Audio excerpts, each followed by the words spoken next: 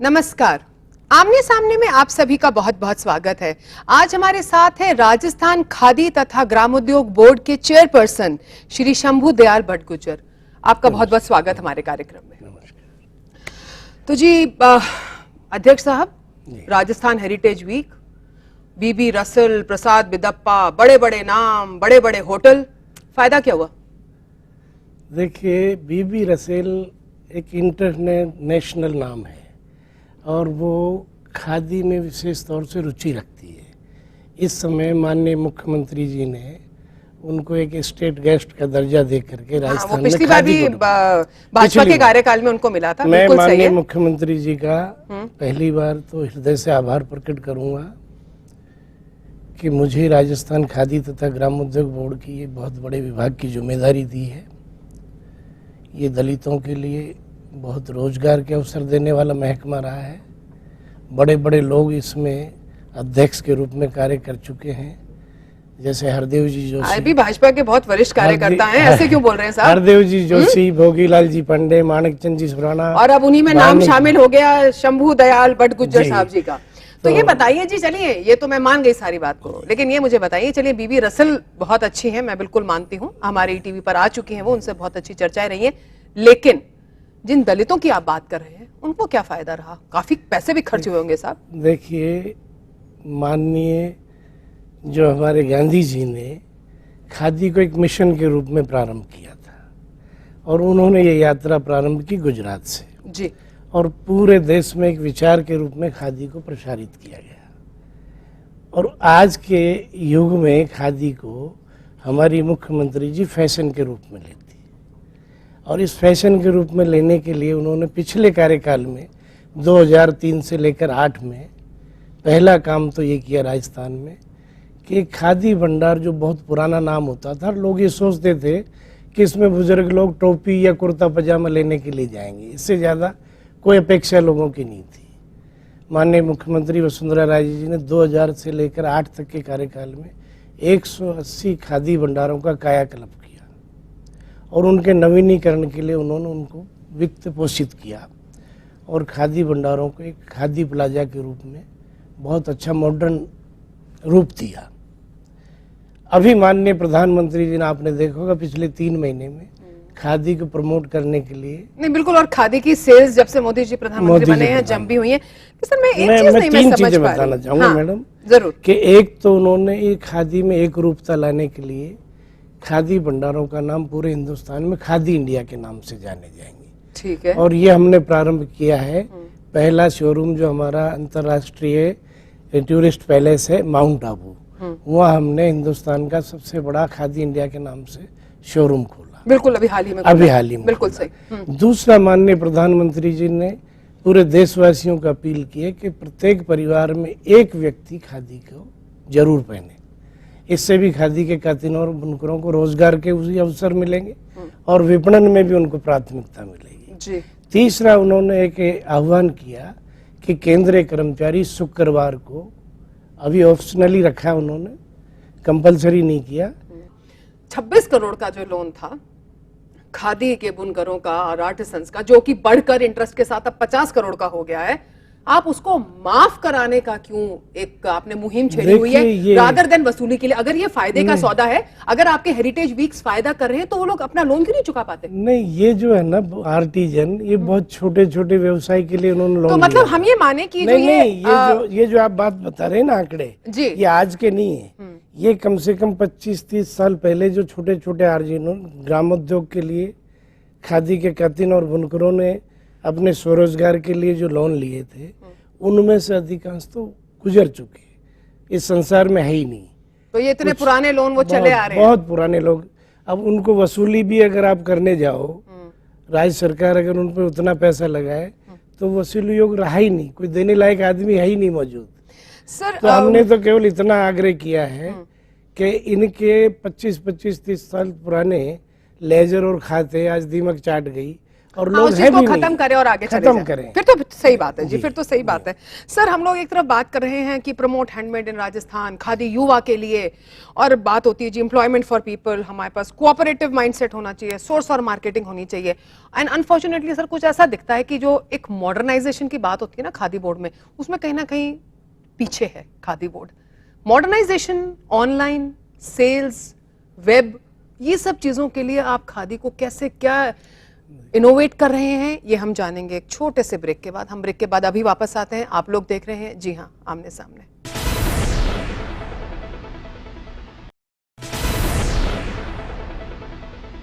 Break के बाद आप सभी का स्वागत है। आज के दिन जब देश का युवा और विदेश का युवा हर कोई आधे से ज्यादा जो अपनी शॉपिंग है, कुछ भी जो खरीदना हो, चाहे वो जूते हैं, चाहे वो कपड़े हैं, चाहे वो जेवर है, चाहे वो टेलीफोन है, वो इंटरनेट के थ्रू खरीदता है। तो क्या हमारा खादी बोर्ड जो है सर, इसके बारे में कुछ सोच रहा है? ऑनलाइन सेल्स हो, क्योंकि सर अभी भी मैं आपकी वेबसाइट पर गई थी तो उसमें जो हमारे एक वो पूरा आपने कॉलम बना रखा है डिजाइन एंड फैब्रिक्स, वही सर बाबा आदम के वही ब्राउन ग्रीन 5 पैटर्न में रखे हुए हैं। सर ऐसे तो नहीं युवा अट्रैक्ट होने वाला। देखिए, जो पुरानी खादी थी जिसको गांधी जी ने अपनी कल्पना में आधारित किया था, उसके बजाय अभी आप पिछले दशक से देख रहे हैं, जो मैं आपको पहले उल्लेख किया कि 2003 से लेकर 8 तक में माननीय मुख्यमंत्री जी ने खादी भंडारों का भी नवीनीकरण किया है और इस खादी के क्षेत्र में फैशन डिजाइनरों का भी उपयोग प्रारंभ किया है। बहुत जरूरी है तो सर ये। उन्होंने फैशन शो किए और उन फैशन शो में आपने देखा कि एक में तो खुद मुख्यमंत्री जी ने कैट वॉक किया जी, खादी के वस्त्र पहन करके परिधान, और ये विवाद का विषय भी बनाया लोगों ने। सर लेकिन ना नहीं, खैर मैं इस पे तो मैं टिप्पणी नहीं करूंगी, ये उनका पर्सनल डिसीजन है। लेकिन मैं ये जरूर आपसे पूछना चाहूंगी सर, अनफॉर्चुनेटली होता क्या है कि जो फैशन डिजाइनिंग हो जाए और जो कैटवॉक वाले कपड़े होते हैं ना, वो सर हम तो एफर्ड नहीं कर सकते, और जब तक मिडिल क्लास इस किसी चीज को पकड़ के पॉपुलराइज नहीं करेगी तो सेल्स नहीं बढ़ने वाली। देखिए, वो है जो कोई बहुत महंगे कपड़े नहीं होते। अच्छा। और वो कपड़े इतने आसानी से, बस ये है कि वो फैशन डिजाइनर उनको तैयार करती है, इसलिए वो लोगों को लगता है कि ये बहुत महंगे होंगे। पर खादी का जो कपड़ा है, वो मैं आपको एक बात निवेदन कर दूं कि ये वस्त्र शरीर के लिए बहुत लाभदायक, उपयोगी है, ड्यूरेबल है। आप 12 महीने खादी के वस्त्र पहनेंगे, सूती वस्त्र हो चाहे ऊनी हो, कोई नुकसानदायक नहीं है। मैंने अभी पिछले कार्यकाल में मैडम का जब देखा पूरा, तो 2 फैशन शो उन्होंने किए, और उस समय तक इनमें खादी में जो फैशन डिजाइनरों का उपयोग माननीय मुख्यमंत्री जी ने किया, 5 साल ब्रेक लग गया। इसके बाद अभी 2 साल के कार्यकाल में 2 फैशन शो किए। सर ऐसा तो नहीं 3 साल बाद फिर से ब्रेक लग जाएगा? ऐसा नहीं है, ये निरंतर चलेगी। अभी प्रधानमंत्री जी बहुत स्ट्रांगली खादी को बढ़ावा दे रहे हैं, और मैं आपको इतना आश्वासन देना चाहूँगा कि अभी जो हमें राजस्थान में सौभाग्य मिला है कि राजस्थान में खादी को सोलर चरखे के रूप में ये जो देश में विख्यात हुआ है। मैं 28 फरवरी को वहाँ दौसा में गया जी, और उन कातिनों का मैंने खुद रूबरू जाके देखा। एक पैनल पर 2 चरखे चलाए जा रहे हैं 8-8 घंटे। बहुत बढ़िया। और ये सोलर का राजस्थान में, मध्य प्रदेश में, और हमारे ये जो उत्तर प्रदेश में ये भरपूर उपयोग करने की गुंजाइश है। बिहार में भी हमारे जो मंत्री हैं, उनको मैंने 28 तारीख को जाके कातिनों से वार्तालाप किया, मैंने निरीक्षण किया, और मैंने हमारे डायरेक्टर को कहा, KVICK को, और वो प्रधानमंत्री जी तक बात पहुंची। और 31 जनवरी को प्रधानमंत्री जी ने मन की बात में हाँ बिल्कुल खादी की चर्चा करी और सोलर चरखे की चर्चा और करी। उन कातिनों का। और उसके बाद ये हिंदुस्तान में ये तय हो गया कि सोलर चरखा ही नहीं, सोलर करघा भी दिया जाएगा। और ये एक हमारे कातिनों और बुनकरों के लिए देश के इतिहास में बहुत बड़ा एक खादी को उदय होने का दोबारा से एक मौका मिलेगा। क्योंकि जो आमदनी हमारी 80 रुपए तक रह जाती थी, वो बढ़कर 2.5 गुना हो जाएंगी। बिल्कुल, वो बात हो रही थी कि 250 रुपए तक हम और लोग मैंने माननीय मुख्यमंत्री जी को ये भी निवेदन किया कि मनरेगा में काफी विभागों को आपने स्वीकृतियां दी है, ये केंद्र का विषय है, पर माननीय मुख्यमंत्री जी की अभिशंसा से मेरी ये मंशा है कि खादी को मनरेगा से जोड़ा जाए। सर लेकिन एक और है ना, जैसे जो प्राइम मिनिस्टर का एम्प्लॉयमेंट जनरेशन प्रोग्राम है, उसमें तो उन्होंने बहुत बड़ा इसका जनरेट करने का हिस्सा आप लोगों को ही दे रखा हाँ, है। देखिए तो ये नरेगा से अलग रहेगा, लेकिन बिल्कुल ये स्किल डेवलपमेंट से कौशल विकास योजना का ये माननीय प्रधानमंत्री जी की कल्पना को सबसे पहले देश में राजस्थान में ही साकार किया है। माननीय मुख्यमंत्री जी ने इसके लिए अलग से विभाग बना करके राजस्थान में पहल की है और इन 2 सालों में हिंदुस्तान में राजस्थान कौशल विकास योजना में प्रथम आया। उसका कारण यह है कि बहुत अच्छी मॉनिटरिंग की माननीय मुख्यमंत्री जी ने और 15 लाख जो युवाओं को रोजगार देने की घोषणा मैनिफेस्टो में किया है। तो ये तो आप और हम मानते हैं, तो दुखती सी रख छेड़ने वाली बात होगी। दुखती सी नहीं, मैं आपको इसमें उल्लेख ये करूंगा कि सभी लोग पढ़ लिख करके सरकारी नौकरी में तो नहीं जा सकते। और क्यों जाए सर? हाँ, देश चलाने के और बहुत तरीके हैं। नहीं, इसमें टेक्निकल काफी गुंजाइश है। हमारे उद्योगों में भी लोग खपेंगे, स्वरोजगार के भी अवसर इसमें मिलेंगे। तो मैंने जो खादी का दूसरा पार्ट है ग्रामोद्योग का, ये 7 संभागों में 5-5 करोड़ की लागत से हम खादी प्लाजा के रूप में भवन का निर्माण करेंगे। सर भवन के निर्माण के साथ साथ जो मेरा मूल प्रश्न था जब हमने इस चर्चा को शुरू किया था ब्रेक के बाद, वो ये था कि सर मॉडर्नाइजेशन ऑनलाइन इंटरनेट पे चीजें अवेलेबल हों, इस पे भी कुछ ध्यान दे रहे हैं सर? इसी पे मैं आ रहा हूँ कि जो खादी प्लाजा के नाम से हम हर संभाग में ये स्थापित करेंगे, उसमें एक विंग तो होगी हमारी मार्केटिंग सेक्टर, बिल्कुल वो खादी के उत्पादनों को विपणन करेंगे। दूसरा विंग होगा हमारा प्रशिक्षण का, जो युवाओं को स्वरोजगार के लिए, क्योंकि ग्रामोद्योग में हमारे पास 150 ट्रेड हैं जिनमें विभिन्न ट्रेडों में लोगों को 2 महीने तक हम रोजगार देते हैं। अभी मेरे पास राजस्थान में 3 प्रशिक्षण केंद्र हैं, एक माउंट आबू में, एक अजमेर जिले में पुष्कर में है, एक हमारा मानसरोवर में है। मैं अभी साल में 3200 युवाओं को विभिन्न ट्रेडों में रोजगार देता हूँ। रोजगार क्या मतलब? स्वरोजगार। वो 2 महीने की ट्रेनिंग लेंगे और हम ये जो प्रधानमंत्री रोजगार योजना है उसके माध्यम से उनको हम अनुदान भी देते हैं और बैंकों से डायरेक्ट लोनिंग भी करते हैं। सर एक चीज है जिसके ऊपर खादी बोर्ड वाले बड़े खुश हैं, बड़े प्रसन्न हैं, बड़ी कोशिश कर रहे हैं कि आरएसएस की यूनिफॉर्म बदल रही है, तो क्यों ना जो आरएसएस की नई पैंट आए वो खादी की हो। इस पर आपका क्या ख्याल है, ये हम आपसे जानेंगे एक छोटे से ब्रेक के बाद। हम अभी वापस आते हैं। जी हाँ, हमारे साथ रहिएगा।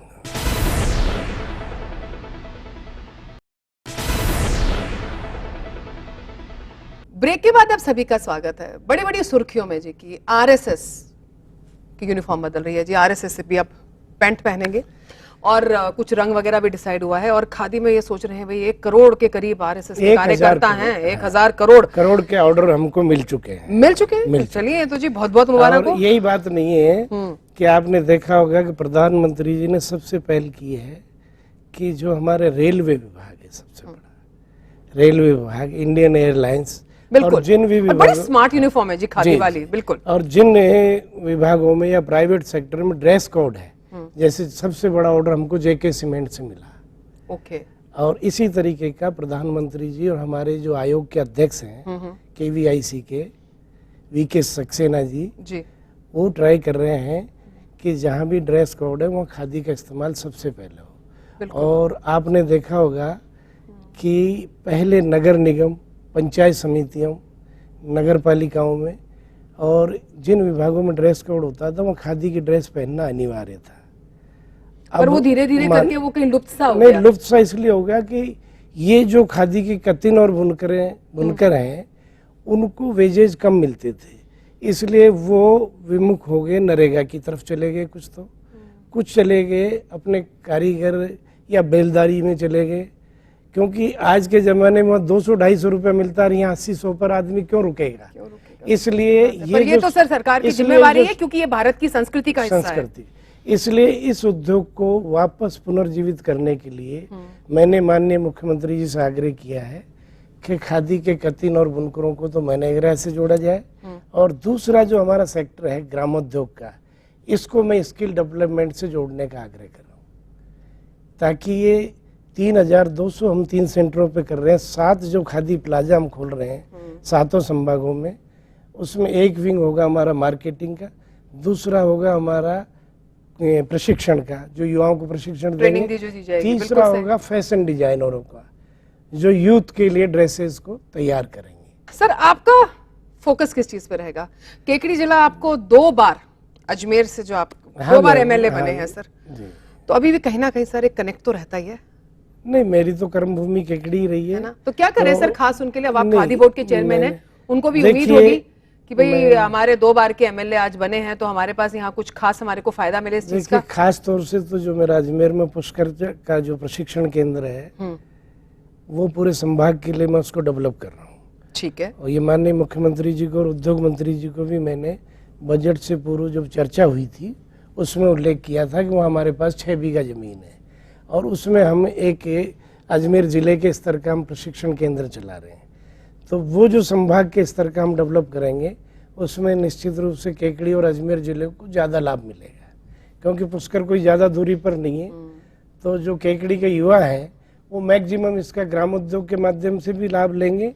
और दूसरा क्या है कि वहाँ पहले चर्म उद्योग की कई संस्थाएं थी। बिल्कुल अभी मैं 2-3 बार प्रवास करने गया तो उन लोगों ने आग्रह किया कि साहब हमारे ऊपर कुछ पहले का ऋण बकाया थे, उन्होंने लिखित में भी दिया है कि ये जो गुजर गए उनकी बात तो हम नहीं करते, बाकी हम अपना ऋण वापस जमा कराना चाहते हैं।